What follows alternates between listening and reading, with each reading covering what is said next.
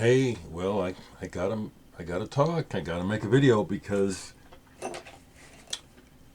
we lost a great today. Now, what's interesting, Chick Corea.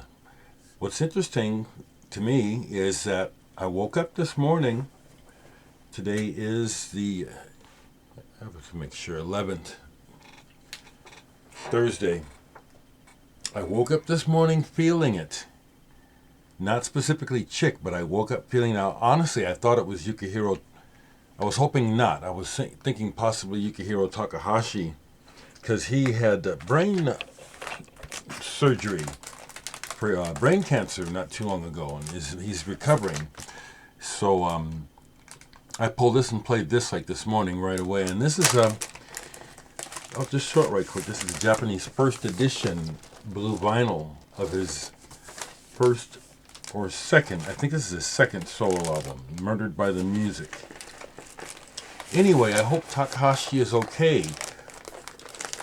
But the news just was announced on Facebook, which I'm banned from for 24 hours because I posted a link to Discogs, and then the thumbnail is a breast, and so the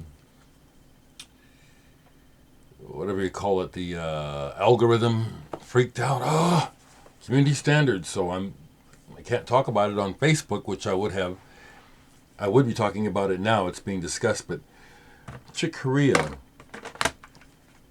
has passed away. I have a bunch of records. I pulled this because this is a massively amazing album, and the second time I got to see him play, I got to meet him and hang out and visit with him. I don't know how exactly long it was, but it was I got to just sit next to him and talk about music. I've shared this before in video. He really enjoyed it because I wanted to talk about his earlier, more obscure stuff, which he said, you and five people know about that music. It didn't sell at all. Of course, now, in retrospect, everyone sees what amazing work he was doing. Now, I saw Chick Corea with Return to Forever the first time when they were doing the Romantic Warrior tour. And after the show, the band split up and half of them went down to Alan's Showcase. That was Chick and Stanley. I missed that, but a bunch of my friends and my older brother went to that. But Lenny White and Al DeMiola went down to the Howard Street Tavern. Now, I caught one to that, and I went to that and hung out with Lenny and Al, got to meet them. But the second time I saw Chick Corea was with his electric band, with these guys. And it was at a place in Omaha. Oh, yeah, see, I got his, the whole band signed here. He was at the Ranch Ball. And I remember, besides talking to Chick, hanging out a bit with Eric Marienthal. If I remember correctly, Stanley Jordan was also on that night, or maybe I'm mixing them up because I know I tried to meet Stanley Jordan, but he, I was told, had gone to bed already right after the show. But Chick Corea, massively important musician, beyond jazz, rock, classical fusion, being a Latino, I hope that's the right word, all of the significance, I just love he's immediately recognizable, his style, his playing immediately recognizable. I have a lot of holes in my Chick Corea discography on vinyl because he has so many records. I'll show what I have.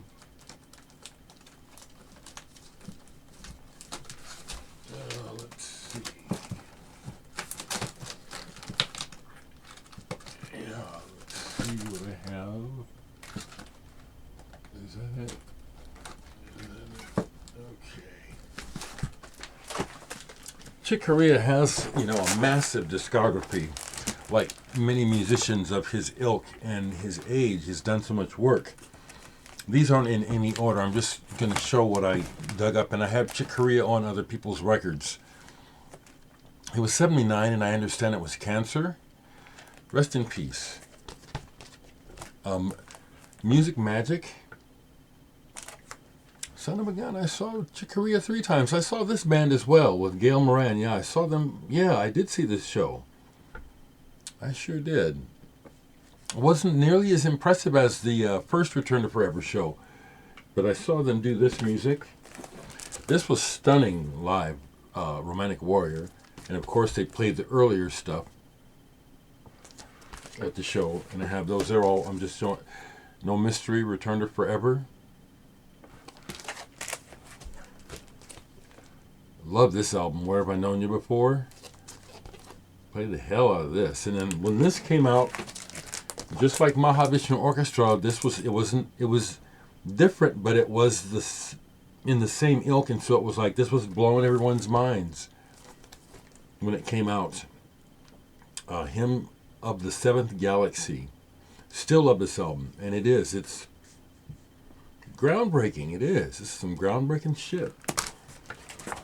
Chick Corea was a bad mother. I mean, his time with Miles Davis, all that stuff he did with Miles.